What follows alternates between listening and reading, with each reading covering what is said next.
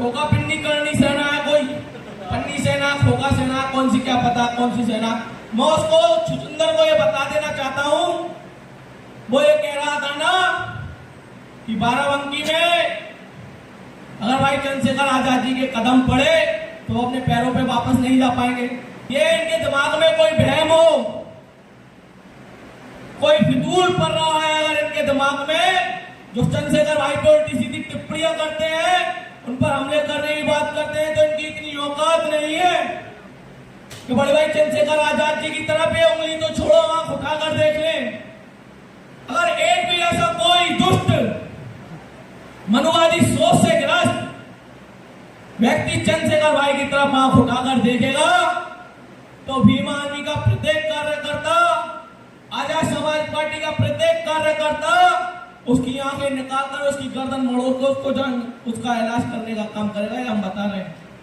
बहुजन समाज में जन्मे सभी संतों गुरुओं महापुरुषों को मेरा कोटि कोटि नमन। गोली दागने वाले उधम सिंह जी के चरणों में मेरा कोटि कोटि नमन।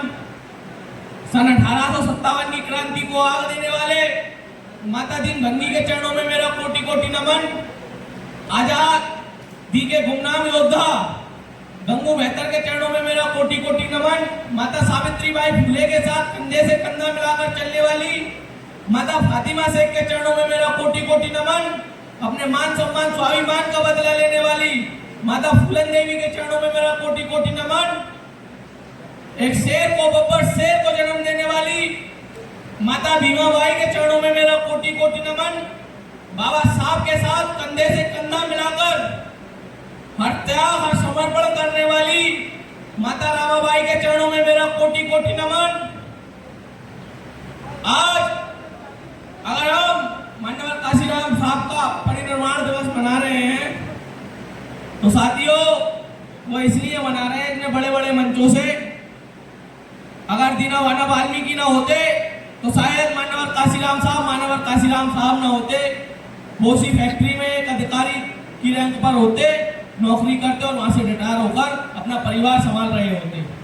तो अभी तक मैंने वक्ताओं के मुंह से जितने भी वक्तव्य सुने, जिस महापुरुष ने काशीराम साहब को मान्यवर काशीराम साहब बनाया, किसी भी वक्ता के मुंह से उस महापुरुष का नाम ही नहीं सुनाई दिया।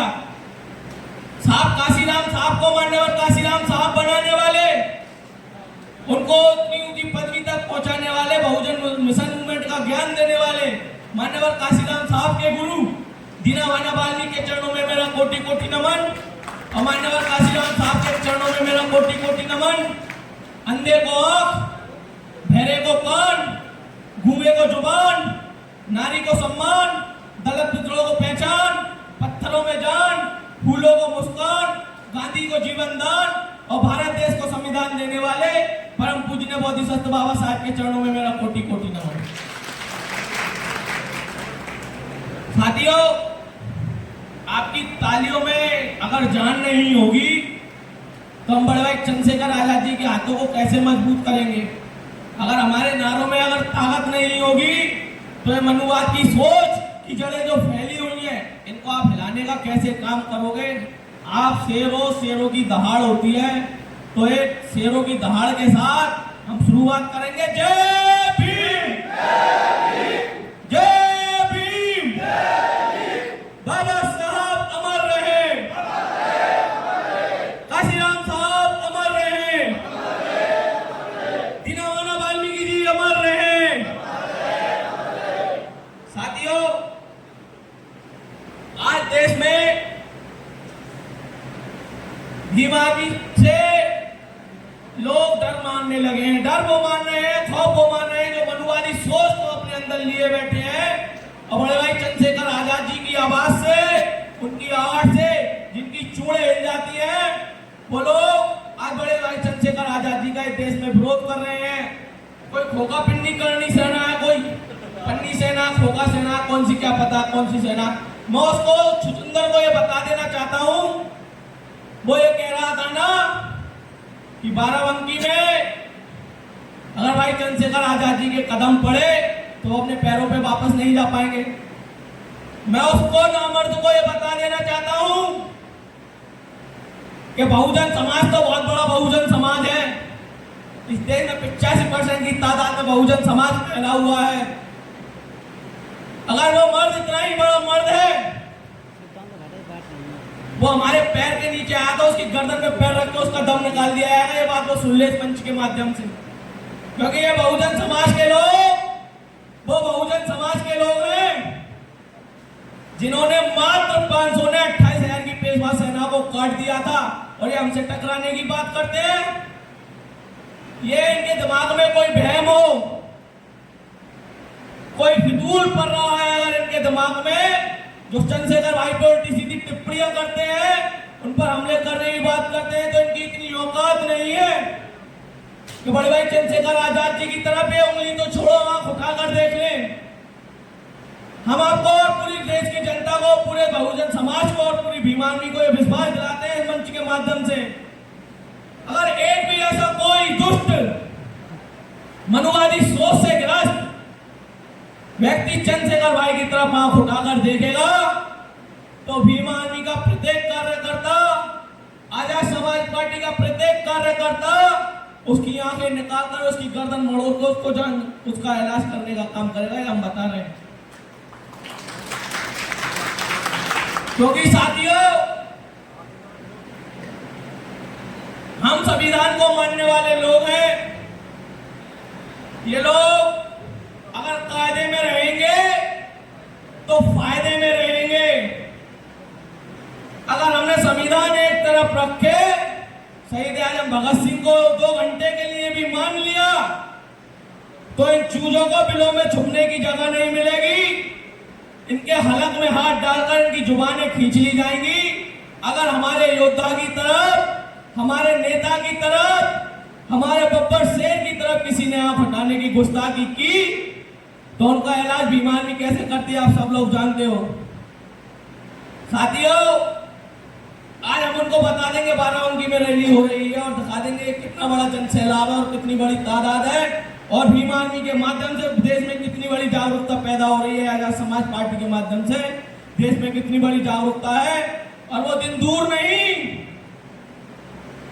वो दिन दूर नहीं जब बड़े भाई चंद्रशेखर आजाद यूपी की गद्दी पर बैठे होंगे और ऐसे मनुवादियों को घरों से निकालकर इनका इलाज किया जाएगा। साथियों, ये तो रही हमारे नेता की तरफ आंख उठाने की बात। अब आते हैं पार्टी संगठन पर। पार्टी संगठन को मजबूत करना क्यों जरूरी है? अगर हम घरों में ही बैठकर ये कहते रहे कि आजाद समाज पार्टी की सरकार बनानी है, देश में आजाद समाज पार्टी की सरकार बनानी है, बड़े भाई चंद्रशेखर आजाद को मुख्यमंत्री बनाना है, उनको यूपी की गद्दी पे काबिज कराना है, तो अपने ही मन में लड्डू फोड़ने जैसा है, सोचते रहे, खुश होते रहे। जब तक हम सब लोग धरातल पर उतरकर काम नहीं करेंगे, हम माननीय काशीराम साहब का परिनिर्वाण दिवस मना रहे हैं, तो उनका एक किस्सा है। उनकी एक लखनऊ में रैली होनी थी बहुत बड़ी, तो माननीय काशीराम साहब तैयारियों में जुटे हुए थे। हाँ, पुलिस का एक अधिकारी आता है, पूछता है कि भाई हमें इस प्रोग्राम के आयोजक से मिलना है, जो इस प्रोग्राम के आयोजक जो हैं, इस मीटिंग के आयोजक जो हैं, उनसे मिलाइए। तो माननीय काशीराम साहब आते हैं, वो टेंट बांध रहे थे अपनी सभा का, काशीराम साहब खुद टेंट बांध रहे थे, तो टेंट के पीछे से निकल के आते हैं, बल्ली गाड़ रहे थे। उन्होंने तहमत बांधा हुआ था और संडो बनियान थी, जिसमें कि छेद भी हो रहे थे। तो पुलिस अधिकारी से आके कहते हैं, हाँ साहब बताइए क्या काम है? नहीं नहीं, हमें आपसे कोई बात नहीं करनी, हमें काशीराम साहब से मिलना है, जो इसके आयोजक जो हैं। तो काशीराम साहब ने कहा कि भाई मैं ही काशीराम और मैं ही इस सभा का आयोजक हूँ। तो पुलिस अधिकारी ने कहा, वाह, ये समाज जरूर तरक्की करेगा, ये समाज जरूर आगे बढ़ेगा, ये समाज की सरकार, इस बहुजन समाज की सरकार जरूर इस देश में, इस प्रदेश में काबिज होगी। क्योंकि बहुजन समाज का इतना बड़ा नेता जब अपनी सभा का खुद टेंट लगा सकता है, तो अपने लोगों को घर घर जा जाकर जगा भी सकता है। आज वक्त वही है, घरों से निकलकर अपने स्वार्थ का बिस्तर तोड़कर, अपनी लालच की नींद को तोड़कर घरों से निकलना होगा, शहर की उस गली तक जाना होगा जिस गली में आपकी कारें नहीं जा सकती हैं। गांव के उस मेड़ पर चलना होगा जिस मेड़ पर आप अपनी मोटरसाइकिल लेकर नहीं चल सकते हो, तो पैदल चलकर जाओ और उस व्यक्ति तक पहुंचाओ कि आप पर जो अभी तक शोषण, अत्याचार, उत्पीड़न जो हुआ उसका कोई देख रेख करने वाला नहीं था, आपकी सुनने वाला नहीं था। लेकिन इस समय, इस वक्त एक संगठन ऐसा है, एक पार्टी ऐसी है, एक योद्धा ऐसा है जो आपकी लड़ाई को अपनी लड़ाई समझकर आपके बीच उतरा हुआ है, आपके दर्द को अपना दर्द समझकर आपके बीच उतरा हुआ है। वो है बड़े भाई चंद्रशेखर आजाद। संगठन है भीम आर्मी, पार्टी है आजाद समाज पार्टी। अगर आप अपने बच्चों को देखना, सुरक्षित देखना चाहते हो और ये चाहते हो कि आने वाली पीढ़ी गुलाम ना हो, ये मनुवादी सोच की सरकार जो सत्ता में बैठी हुई है, इस प्रदेश को जिस सरकार ने बलात्कारी प्रदेश बना दिया, इस देश को इन्होंने बलात्कारी देश बना दिया। एक कान खोलकर सुन ले, ये आपके बच्चों के लिए गुलामी की बेड़ियां तैयार कर रही है, ये आपको संविधान खत्म करने की बात कर रही है, ये आपके आरक्षण को खत्म करने की बात कर रही है। अगर आप ऐसे निंद्रा में सोते रहे तो वो दिन दूर नहीं जब आपके बच्चों को स्कूल कॉलेज के बाहर खड़ा कर दिया जाएगा और पढ़ने तक की अनुमति नहीं मिलेगी। आप चाहते हो कि आपके बच्चे आजाद जीवन जिए, उनके पैर में किसी भी प्रकार की गुलामी की बेड़ियां ना हो, तो बड़े भाई चंद्रशेखर जी का हाथ पकड़ ले, बड़े भाई विनय रतन जी के कंधों को मजबूत कर दे कि आजाद समाज पार्टी भीम आर्मी एक ऐसी छत है, एक ऐसी दीवार है जिसके नीचे आकर, जिसके पीछे आकर आप अपने बच्चों का भविष्य सुरक्षित कर सकते हो, इन मनुवादियों से बच सकते हो। ये मनुवादी सोच के लोग हमारी माता बहनों की इज्जत आबरू को उछालने का काम करते हैं, हमारे महापुरुषों के सम्मान को उछालने का काम करते हैं। और कुछ मनुवादी सोच के लोग ये कहते हैं कि भीम आर्मी तो गुंडों की पार्टी है, आजाद समाज पार्टी तो गुंडों की पार्टी है, भीम आर्मी संगठन है तो गुंडों का संगठन है।